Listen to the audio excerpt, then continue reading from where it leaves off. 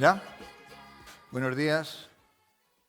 Espero que sea una jornada fructífera, que aprendamos un poco de los temas que venimos a hablar. Esta es la mesa de aire limpio. Y en principio la ponencia es ventilar más o ventilar mejor.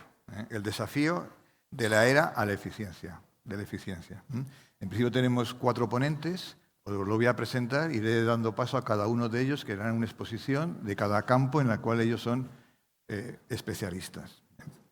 En principio, Tristán López Chicheri es arquitecto, es CEO de L35. En 1988 fundó Stoa Arquitectos y luego fue socio de L35 desde el 99 hasta la actualidad, hasta el 2015 prácticamente. Es CEO de L35 y dirige la actividad del estudio tanto nacional como internacional. Tiene responsabilidades en España, en Madrid, Miami, LATAM, así como mercados europeos y asiáticos. La siguiente ponente es María del Mar Serra Martínez, es la presidenta de ARRAE en España, es socia de ACIS y ha participado en unas ponencias de ARRAE de calidad de aire en Fénix. Nos explicará un poco la tendencia del mercado, de la normativa a nivel internacional. La siguiente ponente es Pilar Linares Alemparte, es doctora arquitecta, desarrolla la actividad en el Centro de Investigaciones Científicas del CSIC de Eduardo Torroja desde 1901 y es la responsable del departamento de DBH3S3. No, de 2001, no. Es más joven. Es más joven. ¡Qué fiera! Es más joven. Y luego está Fernando Feldman, es socio fundador de Limpio y director técnico de I+D. Aire Limpio es el patrocinador de esta mesa redonda y es una empresa que apuesta desde hace muchos años por la limpieza y calidad del aire. Ya doy la palabra a cada uno de los intervinientes para que puedan hacer su exposición y cada uno en su campo, y ya luego habrá un tiempo de ruegos y preguntas. Al final de la exposición yo haré un breve comentario y ya cada uno ya podrá hacer sus preguntas como lo considere oportuno. Tristán, cuando ¿Empiezo yo? Venga. Bueno, como soy el bicho raro rodeado de ingenieros, tengo otra arquitecta aquí conmigo. Esta bicha rara. Vamos a ver, estábamos hablando antes de empezar todo esto con Mar sobre la ignorancia de los arquitectos con el tema de las instalaciones, que tienes bastante razón. Una de las cosas que mantenemos en el estudio es que los proyectos de alguna manera los desarrollamos de una manera integrada. O sea, desde el día 1 hacemos un proyecto que incluye todos los ingredientes, sean instalaciones, estructuras, iluminación, todo, paisajismo, todo lo que incluya un proyecto empieza el día 1. No lo metes después en el proyecto. Con lo cual eso requiere la intervención de todos los actores en el desarrollo del proyecto. De alguna manera, los edificios son máquinas. O sea, tú pones una máquina con todos sus ingredientes y además le damos al botoncito y esperamos que todo funcione, como un coche. Entonces, este concepto está ahí. El tema de la calidad del aire, pues depende muchísimo para nosotros, depende muchísimo del tipo de proyecto con el que estés tratando. En residencial, en general, por parte del promotor y por parte del mercado, la calidad del aire no es algo que preocupe. Y si vamos a otro tipo de proyectos, estadios o centros comerciales, eso tampoco figura en primera línea. Pero si nos vamos a oficinas, sí. En oficinas es un tema, vosotros lo sabéis bien, sí. En oficinas es un tema fundamental porque forma parte de lo que vamos a llamar, los arquitectos me mirarían mal, pero como aquí parece ser que no hay arquitectos, del producto. O sea, tú haces un producto y forma parte de ese producto el que el aire sea tratado de una manera especial, porque forma parte de los argumentos de mi edificio, tiene este tipo de tratamientos y de situación. Con lo cual, no sé si me estoy enrollando. Con lo cual, el tema del aire, si estamos hablando de la calidad del aire, yo creo que en las tipologías de edificios donde más se demanda o donde nosotros nos encontramos más es en los edificios de oficinas. Lo cual no quiere decir que no nos preocupemos de esto en todos los demás, pero no con el mismo grado de requerimiento por parte del promotor y por parte de el futuro comprador el que pone ese valor. Perfecto. Pues Mar, cuando tú quieras. Bueno, lo primero, que no hay tanta lucha entre arquitectos e ingenieros. No, nosotros no tenemos ninguna. En temas, sobre todo especialmente en calidad de aire, en eso sí que nos respetáis bastante. Os asustáis, ¿no? Porque cuando pedimos conductos de 60 de alto o incluso más con el aislamiento, cuando hablamos de aislamiento ya os ponéis, ¿pero cuánto de aislamiento? ¿3, 5? ¿No? O sea que, pero bueno, que siempre llegamos a un acuerdo. Yo creo que a nivel de calidad de aire nos impactó muchísimo a todos nosotros el COVID, ¿no? Porque yo creo que a partir de ahí fue cuando… Yo creo que siempre se ha tenido en cuenta la calidad de aire, pero a partir de ahí, cuando nos dimos cuenta que están encerrados en una sala como esta, con gente que pudiera estar infectada, era como terror, ¿no? Entonces, yo como presidenta de ASRAE vengo a dar un punto de vista desde ASRAE y desde Estados Unidos. Pues ASRAE tuvo un papel pues pionero, ¿no? Porque él mismo fue el primero que publicó una guía, ¿no? De cómo afrontar este problema que teníamos hace 6 años. Y a lo largo de esos 6 años, pues ¿qué ha pasado? Que evidentemente pues la normativa se ha centrado mucho en calidad de aire, con lo cual se le ha dado como más importancia. A nivel nacional, pues normativa de aire, tenemos el código técnico, que no voy a hablar mucho, es más tema residencial y va a tocarlo más Pilar, con lo cual no me voy a meter. A nivel de RITE, pues como todos sabemos, tenemos unos índices de calidad de aire que van desde el 1 hasta el 4, el 1 para hospitales, el 2 para oficinas y el 3 para comercial. Y en base a eso es lo que tenemos, hasta que salga el nuevo RITE, que está a punto de publicarse, que va a estar más apoyado en la normativa europea, que es la 16798. Entonces, esta normativa europea, pues ya lo que tiene, sobre todo, es que ya tiene un punto de vista más operativo. O sea, qué es lo que está pasando en el edificio. Es decir, no es como el RITE, que te da unos valores fijos de pues, oficinas, 45 metros cúbicos. O sea, todo como muy estipulado. Entonces, ya cuando nos metemos en normativa europea, y también esta normativa 16798 está basada en ASRAE, en nuestro estándar 62.2, pues entonces ya la cosa cambia, porque ya entonces vemos un poco el nivel funcional del edificio, que es a donde queremos llegar desde ASRAE. Ahora, el lunes, iba a decir he tenido la mala suerte, pero no, bueno, hemos tenido la suerte de que el lunes, día 30, no sé si sabéis que se ha publicado, de hecho lo hemos publicado hoy en LinkedIn desde ASRAE, la nueva normativa de eficiencia energética, la EPBD famosa. Entonces, bueno, la hemos estado leyendo un poco estos días, hemos tenido muy poquito tiempo, es bastante espesa, está en inglés, como sabéis, pero bueno, en esta normativa, que sobre todo es de eficiencia energética, aparte ya de que el edificio sea eficiente energéticamente, también se meten en la habitabilidad, en la calidad de aire, con lo cual pues ya empezamos a nivel europeo a meternos también en temas de calidad de aire, ¿no? Y bueno, y desde ASRAE, desde Estados Unidos, como comentaba, hemos sido pioneros desde el principio con temas de calidad de aire. Tenemos nuestros dos estándares 62.1 y 62.2. Y nuestra postura es muy clara. O sea, nosotros desde ASRAE lo que queremos es evaluar el riesgo y evaluar cada caso en particular. Es decir, no generalizar el nivel de aire que vas a meter en un edificio, sino en cada caso particularizarlo en función del riesgo y en función de la operatividad. Y en función de eso ya decidir qué tipo de sistema es el que implementamos en el edificio. De tal manera que cada caso es un caso particular. O sea, una oficina es una oficina, un colegio es un colegio, pero no por ser un colegio tiene que ser así, sino que analizamos todo. Bueno. Te las he mezclado un poco para que pierdas el hilo, pero bueno. No, bueno, era por si me perdía, porque como no podemos tener una presentación, pues digo, bueno, por si acaso me pierdo, pero vamos, como llevo más años que Matusalén trabajando en esto desde el 1901, Uno más o menos. Pues la verdad es que, bueno, no me hace falta mucho guión. Comentar también otra de las cosillas que viene en esta EPBD que tendréis para leer este verano, que es muy interesante, es que también es bastante interesante, hace referencia a cuando un edificio está enfermo, y hace referencia a edificios enfermos como tal. Hace referencia diciendo que un edificio enfermo es un edificio que tiene humedad. ¿Por qué? Pues porque al tener mucha humedad pues se va a producir moho en las paredes.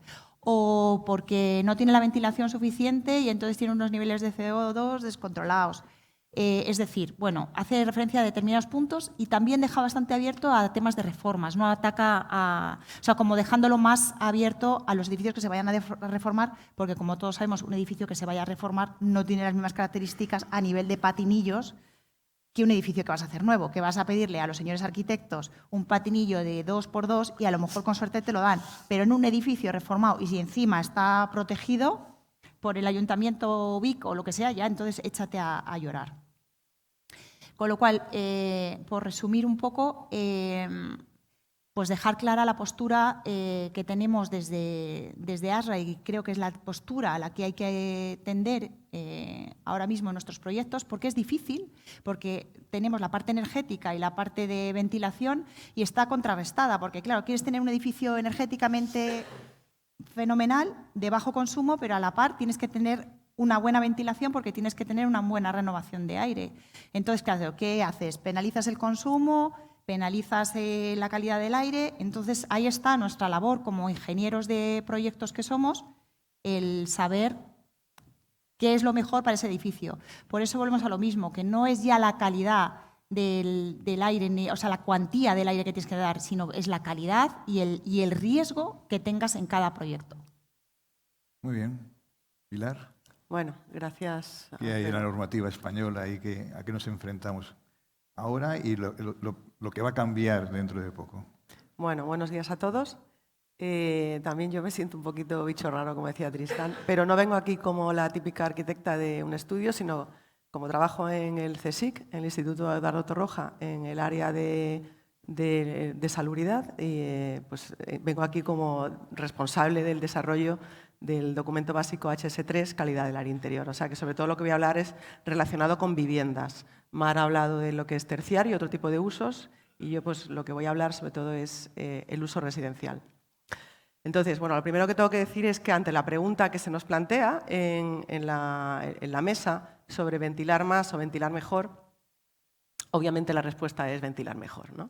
Entonces, ¿cómo se ha reflejado eso en el DBHS3 a lo largo de los años? Como sabréis, en el año 2006, cuando salió el primer DBHS3, lo que se exigía en las viviendas eran unos caudales constantes mínimos de ventilación que, como podréis deducir, pues no era lo más eficiente energéticamente hablando, ¿no?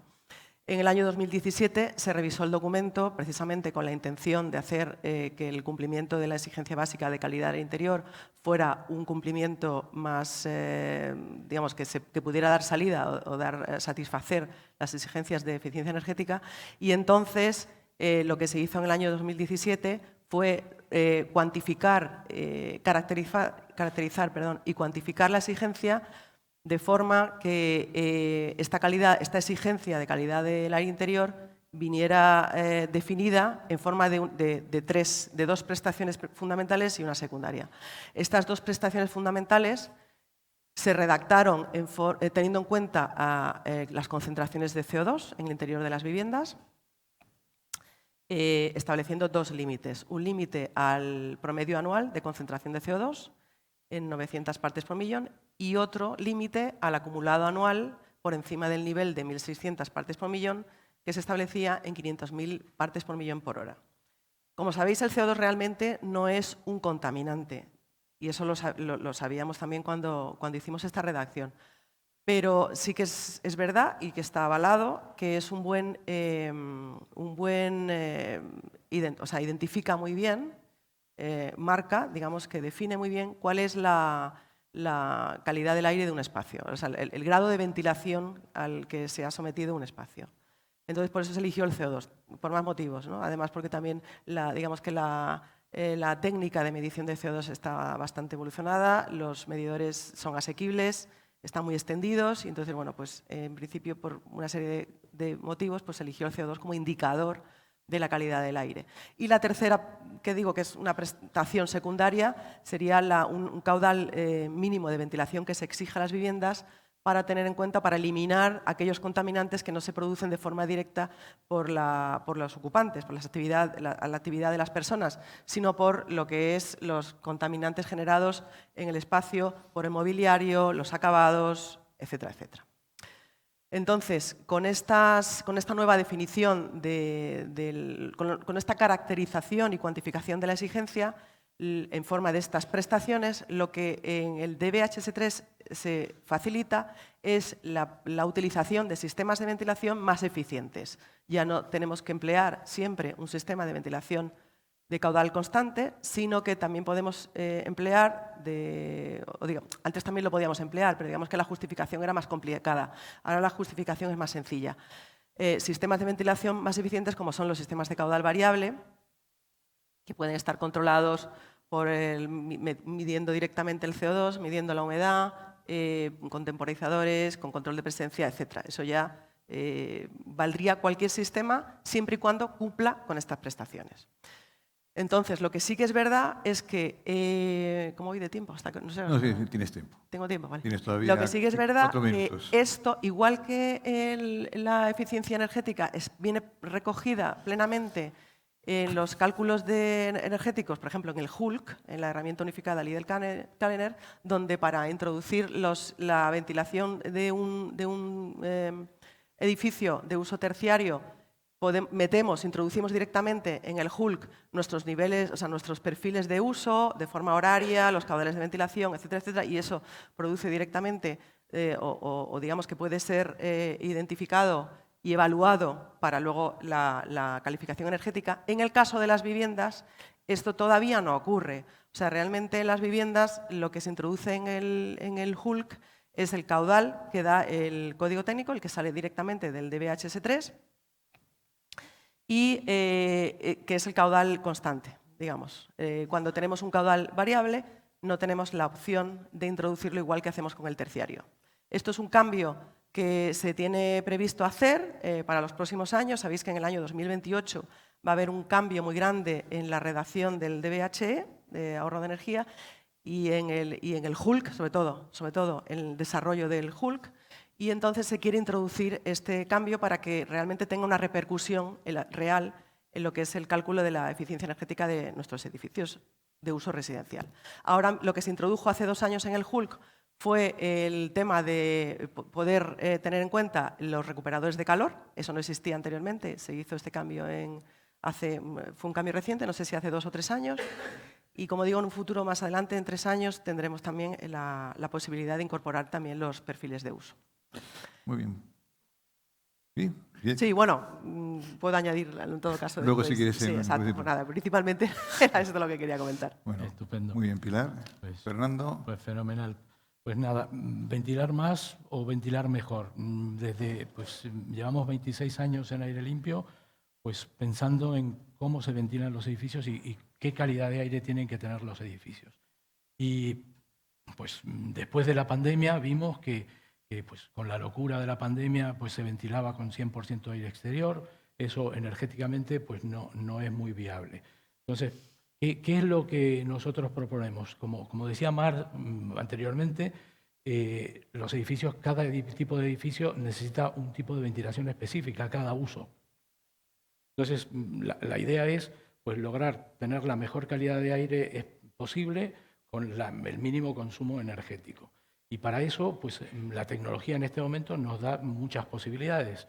Más que nada porque es que no ventilar con muchísimo aire exterior no quiere decir que vayamos a mejorar la calidad del aire. La vamos a mejorar, pero a costa de gastar mucha energía y en un momento dado, como la curva de la ventilación, pues llega un momento en el que por mucho que ventilemos no vamos a mejorar más la calidad del aire, pues vamos a estar ventilando, generando mucho consumo sin ventilarlo, sin mejorar la calidad del aire. Entonces, pues, ¿qué nos permite la tecnología? Hoy tenemos pues, sistemas de sensorización, o sea, podríamos ventilar a demanda. Esa ventilación a demanda, pues, como decía Pilar, el tema del CO2, pero el tema del CO2 en edificios pues, comerciales, por ejemplo, pues como el CO2 no es un contaminante para preocuparse, sí es un buen indicador de la ventilación, pero pues, ¿qué es lo que nos preocupa? Nos preocupan las partículas, nos preocupan los compuestos orgánicos volátiles, nos preocupan pues, los microorganismos. Entonces, para ello lo que nosotros proponemos es, como pues aparece en varias normativas, como pues, en el estándar 62 de ASA y en el propio RITE, pues que podamos utilizar pues, sistemas que reduzcan esa contaminación en el interior del edificio para poder ventilar con la cantidad suficiente de aire como para diluir pues, el CO2 y tener una buena calidad del aire, pero reduciendo todos los otros contaminantes. Entonces, la idea es pues, utilizar aire de ventilación equivalente. Ese aire de ventilación equivalente es un aire que nosotros limpiamos dentro del edificio y con eso pues, reducimos la necesidad de tener que introducir más aire exterior, con lo que los consumos energéticos por las cargas térmicas son menores y el funcionamiento del sistema es mucho mejor. La calidad del aire garantizamos que pues, sea la mejor posible porque ese sistema de filtración reduce pues, todos los contaminantes, tanto exteriores como interiores, y de esa manera ventilamos pues, mejor y con menos consumo energético. Y yo creo que un poco esa es la idea. Yo creo que lo mejor es que nos pregunten cosas y... Muy bien, como queráis. Un poco como a nivel de ejemplo, Mar ha comentado el tema del Zendal. Fue un cambio radical de cómo se abordaba los problemas de ventilación en este país en cuanto a la ventilación y los contaminantes y la repercusión que tenía esa contaminación en la vida de las personas y de espacios. Como nosotros hicimos el Zendal y no sabíamos lo que hacer, cogimos la norma ASRA, que menos mal que había salido el tema del SARS hacía 3 años y nos sirvió un poco de qué primábamos más, mucho volumen de aire o calidad de aire. Hicimos una combinación de las dos para poder tener un aire que había dentro del edificio era muchísimo mejor que en cualquier sitio, ni siquiera en la sierra de España. Y jugamos con eso, jugamos con un tema de calidad. Y en casos concretos, también con ellos, hemos tenido en oficinas, sobre todo en oficinas, que es el punto más complicado, a un cliente convencerle de que es mejor meter unos buenos filtros, porque en caso de que alguien esté acatarrado o alguien que tenga una enfermedad, la limpieza del aire le va a permitir que no contamine al resto de ocupantes. Y simplemente le hicimos un cálculo en un bufete de abogados que un solo socio suyo que estuviese un día fuera de servicio pagaba el filtro que hacía falta para ese espacio. Y no solamente para él, sino también para la exposición a sus clientes. Entonces, la calidad es mejor que la cantidad. ¿Por qué? Porque nos va a dar unos niveles de CO o de contaminantes o de elementos volátiles que existen en el ambiente y que nos van a permitir respirar mejor. Y ya, si tenéis preguntas, estamos dispuestos a... ¿Sí? Oh, joder, no te veo. Espera que te llegan ahí un... Muy bien, Andrés. Andrés Sepúlveda. Hola, muchas gracias por las exposiciones. Esta va una pregunta más para los arquitectos. Es verdad que, digamos, sois más sensibles a las instalaciones, sobre todo cuando decís que integráis. Otros arquitectos menos sensibles a las instalaciones las esconden, ¿no? Entonces, el concepto un poco de edificio feliz, que se utiliza mucho en Estados Unidos y que parece un poco frívolo. ¿Cómo se integra la felicidad en un edificio para sus ocupantes con respecto, digamos, a la calidad, a ventilar mejor? Ya. Es una pregunta curiosa esa, porque el tema de la felicidad, pues mira, los edificios de oficinas han aparecido espacios que antes no existían, para empezar. O sea, los hábitos han ido cambiando, la demanda del usuario ha ido cambiando, especialmente, bueno, ha cambiado en todo tipo de edificios, pero en los de oficinas es donde más se nota, ¿no? La demanda de espacios exteriores, que antes no había, la demanda de mejor calidad del aire. O sea que la composición esa de felicidad que tú dices está compuesta de muchos elementos. Los hábitos de trabajo han cambiado. El teletrabajo no existía antes. Ahora hay teletrabajo, ahora hay un uso de la oficina distinto del que había antes. Yo creo que el tema de la calidad del aire es común a todas estas situaciones. No es un factor que estén mirando el que fuma, lo que quiere tener es un espacio exterior. El que se quiere reunir fuera de un espacio controlado que hemos hecho un edificio de oficinas en París que tiene muchísimas zonas de reuniones al aire libre. Se busca esa situación por un tema probablemente de que la mentalidad respecto a la calidad del aire se ha modificado y prefieren estar en un entorno de aire libre que en un entorno controlado. Y esto, como tú decías antes, no necesariamente tiene que ser así. El aire interior puede ser mucho mejor que el exterior. Pero hay un hábito, hay una manera de reaccionar a esto y entonces se buscan ese tipo de situaciones.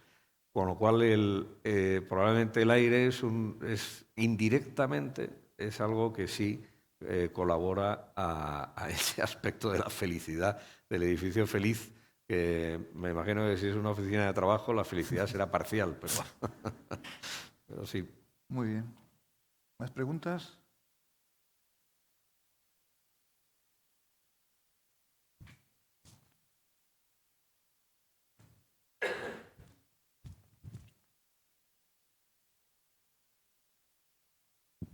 Gracias.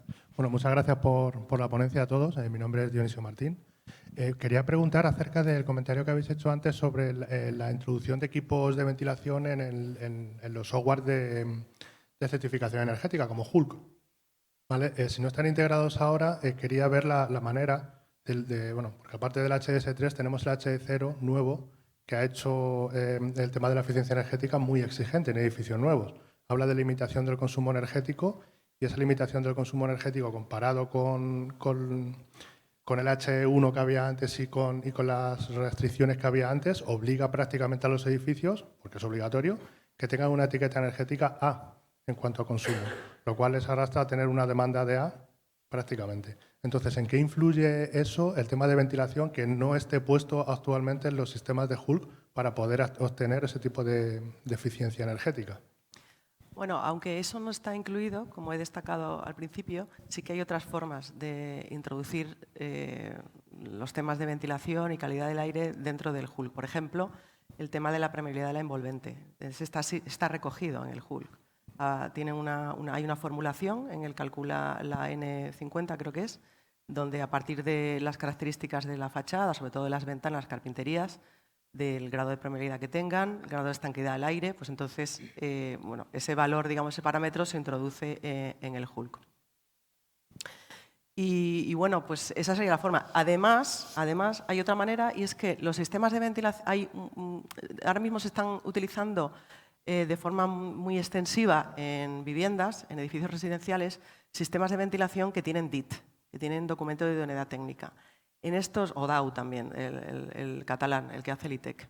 En estos documentos, después de la evaluación de la idoneidad técnica de los productos para un uso concreto, lo que se hace es dar unas tablas de reducción de caudales y digamos que de caudales reducidos que se pueden introducir en el Hulk para tener en cuenta precisamente esta eficiencia energética. Y de lo que yo hablaba es que en un futuro lo que se quiere es evitar esto, evitar este paso, digamos, que tenemos ahora mismo como casi obligatorio si queremos que el Hulk tenga en cuenta nuestra mejor eficiencia energética, para destacar que esto ahora mismo pues, se puede hacer de esta manera, ¿no? Es que es como lo están haciendo ahora mismo los calculistas de instalaciones.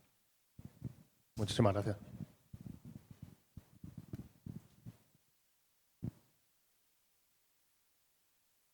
Enrique.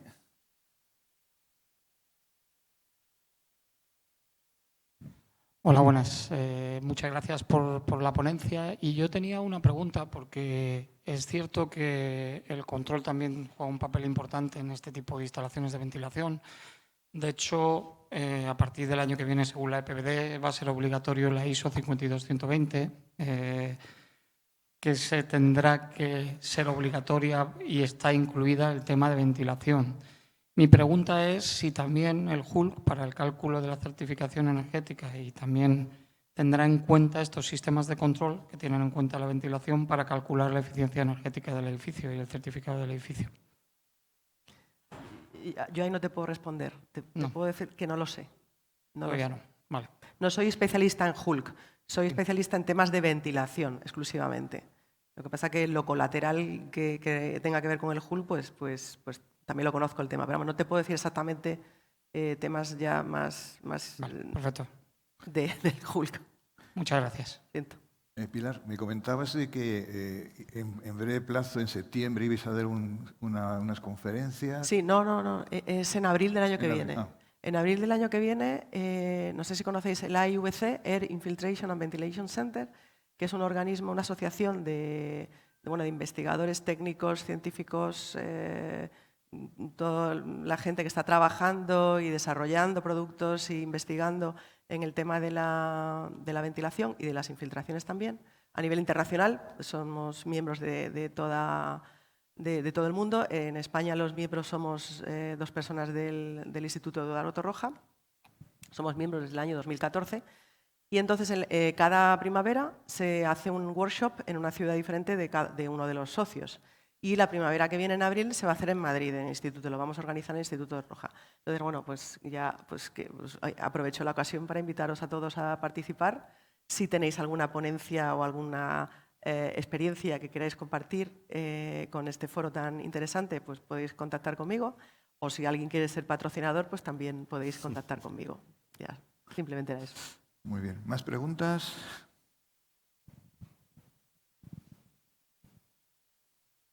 Bueno, si no, Fernando, yo te hago una pregunta. Me hace una- Ok, perfecto. Sí, Alfredo, perdona. Mira, es que quería preguntarle a Fernando ¿cómo convencéis a vuestras propiedades o cómo convencer a las propiedades de que instalen sistemas tan caros para después tener unos beneficios muchas veces que no son tangibles, ¿sabes? Que no son tan medibles, ¿no? Si tenéis algunos trucos porque muchas veces lo intentamos y acaban cambiando todas las soluciones que llevan sensores, que llevan recuperadores específicos, en fin.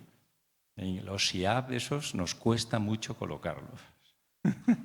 Fernando, ¿tenéis así trucos y tal? Mira, voy a empezar con una cosa, que el precio, caro o barato, es un tema absolutamente subjetivo.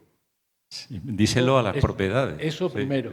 Por eso, lo que tienes que hacer es convencer que es subjetivo. O sea, como es subjetivo y los beneficios, pues yo creo que son bastante mayores a los costes, pues si lo entienden y si se lo explicas bien, pues vamos, nosotros llevamos 26 años y vendemos equipos. O sea, el tema es que no todo vale, o sea, hay proyectos que sí interesa, hay proyectos que no, pero la idea es explicarles bien que realmente qué ventajas tienes y pues los costes, pues con un estudio de coste de vida, pues se lo demuestras que realmente el coste no es tan importante. O sea, tú en un edificio tienes un edificio y lo cambias los filtros del climatizador pues tantas veces al año y eso es un coste anual que tienes siempre. Si pones unos filtros que duran más y tienen más eficiencia y tienen menos mantenimiento y reducen el consumo energético, el saldo que te da eso entre el ahorro del consumo energético de los ventiladores, más el ahorro en el mantenimiento, más la logística del mantenimiento, pues te da unos retornos. El tema de la productividad, pues sí es más subjetivo, pero realmente si lo piensas bien, en un ambiente en el que tú estés bien, vas a funcionar mejor. Entonces, pues si ese ambiente lo tienes controlado y está pues libre de partículas, con una humedad buena, sin compuestos químicos, pues vas a rendir mejor. Y eso sí es más subjetivo y es más difícil de tangibilizar. Pero por lo demás, pues... Pepe, lo que comentaba en el caso concreto del bufete de abogados, les convencí el costo que suponía que un socio un día no fuese a trabajar. ¿Cómo se contabiliza eso? Simplemente por un catarro. No solamente el suyo, sino que podría contaminar a 3 o 4 personas alrededor. Se hizo un número y es que vieron que el costo que suponía meter un SIAP lo amortizaban en una semana.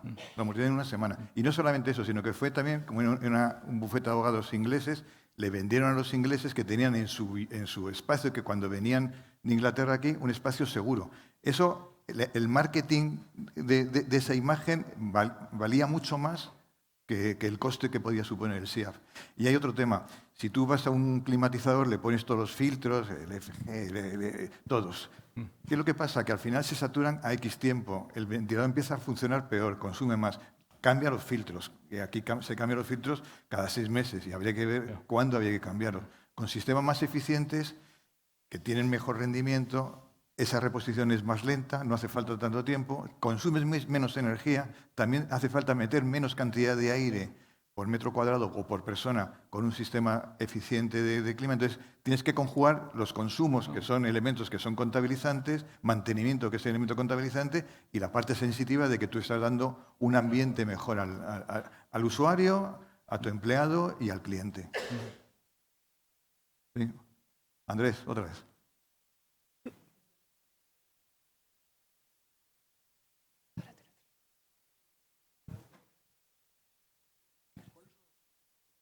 Sueldos que se pagan a la gente que trabaja ahí. Claro. Entonces, si tú ese coste lo tienes en cuenta, calculas el absentismo, y el absentismo es muy superior a los costes de operación y mantenimiento. Así de claro. Con lo cual, toda reducción del absentismo en un 50%, lógicamente, esto amortiza el coste para de una mejor calidad de aire y una mejor ventilación. Todos sabemos por qué empezó el aire acondicionado en los edificios. El señor Carrier se dio cuenta, y sobre todo un empresario se dio cuenta, que si en sus oficinas había aire acondicionado en Boston, la gente iba a trabajar. Iba a trabajar y no se marchaban. ¿Por qué? Porque estaban más a gusto en su casa, en el trabajo, que había aire acondicionado, que no en su casa, que no tenían aire acondicionado. Y ahí se empezó a cambiar el paradigma de lo que es la revolución industrial en las oficinas. Se empezó a pensar que el empleado es importante y que hay que dotarle de un ambiente lo más sano posible, lo más eficiente, para que puedan rendir mucho más. ¿Y un futbolín? Un futbolín. También, sí, también. El tema de la distracción de los finlandeses y los noruegos en cuanto a cortar ritmo de trabajo, eso está demostrado. Tú, en una concentración de trabajo, no puedes estar más de 40 minutos. A los 40 minutos bloqueas. Entonces, si tú vas cortando y vas aportando nuevas actividades, vas a rendir más. La siesta española es importante, porque te rompe el ritmo de vida y puedes hacer más rendimiento por la tarde. Y eso, dices siesta española, pero es siesta alemana, que también en Alemania existe. Y en los países nórdicos se están dando cuenta que es importante. Ese parón después de comer será antes o después para cambiar el ritmo de vida. Hay una cuestión relacionada con el clima que voy a coger el rábano por las hojas. En el mundo de la construcción tenemos un problema porque no hay mano de obra especializada y estamos yendo hacia la industrialización. La fabricación en naves, el ensamblar edificios en naves o construir edificios en naves, cambia radicalmente el tipo de mano de obra que tienes. Trabajan con una bata blanca, no les afecta la lluvia, no les afecta el calor porque está climatizado y entonces las condiciones de trabajo son otras. Y realmente nuestro futuro de la construcción va por ahí seguro. No sé cuánto tiempo tardaremos, pero como la mano de obra va desapareciendo, la mano de obra especializada va por ahí. Y uno de los factores es el tema de la climatización. Sí. Es un factor esencial para que puedan trabajar en condiciones adecuadas en un sitio como este. Muy bien. ¿Más preguntas? Sí, yo. Buenos días. Bueno. Gracias primero de todo. Y yo quería volver a lo de los sistemas de ventilación. ¿Y no sería óptimo un cambio en normativa para poder incorporar recuperadores y dejar al lado otros sistemas que ni son eficientemente tan energéticamente sostenibles ni ventilan tanto para ofrecer aire limpio de calidad? Bueno, te contesto yo en relación a viviendas, si quieres, y luego tú, si quieres, en relación a otros usos. Bueno, como he comentado antes, los recuperadores de calor, digamos que desde la HS3 no se obligan, tú no puedes obligar a introducir un elemento así, pero sí, a la hora de evaluar este sistema de ventilación, a la hora de evaluar su eficiencia energética en el HULC, se contempla, lo he dicho antes, desde hace 2 o 3 años ya se valora positivamente el uso, el empleo de recuperadores de calor. Sí, no, eso lo he escuchado. Pero a colación de lo que ha dicho antes el señor, como hay soluciones más económicas, que aunque eficientemente no sean tan energéticas ni den el mejor resultado, están ahí, quizá también sería un punto a favor el pedir una mejor calidad, para no solo que se recomiende, sino que se haga ya un poco más de hincapié. Es que es como hemos comentado antes, ¿no? Y la postura clara, por ejemplo, de ASRAE, tienes que evaluar el riesgo y el caso. Y en función del riesgo y el caso, pues evalúas un poco a dónde te vas, a qué sistema, si pones un recuperador, si pones un sistema de filtros, o sea, cada caso es particular. Entonces tendrás que hay que evaluarlo, si es que no hay otra. Y más cuando tienes que compensar la parte energética con la parte de aire. Y yo creo que la idea de las normativas debería ser más pues, prestacional que prescriptiva. O sea, que el diseñador pueda tomar la decisión de realmente cuál es la mejor forma de ventilar un edificio. Muy bien. Pues se nos acabó el tiempo. Aquí me dicen que hay que desalojar la sala. Muy bien, pues muchas gracias a todos por haber asistido a la charla. Muchas gracias. Muy bien. Muchas gracias. Uy, se ha caído algo. Algo se ha caído. Bueno, habrá que entregar. Muchísimas gracias. De aquí a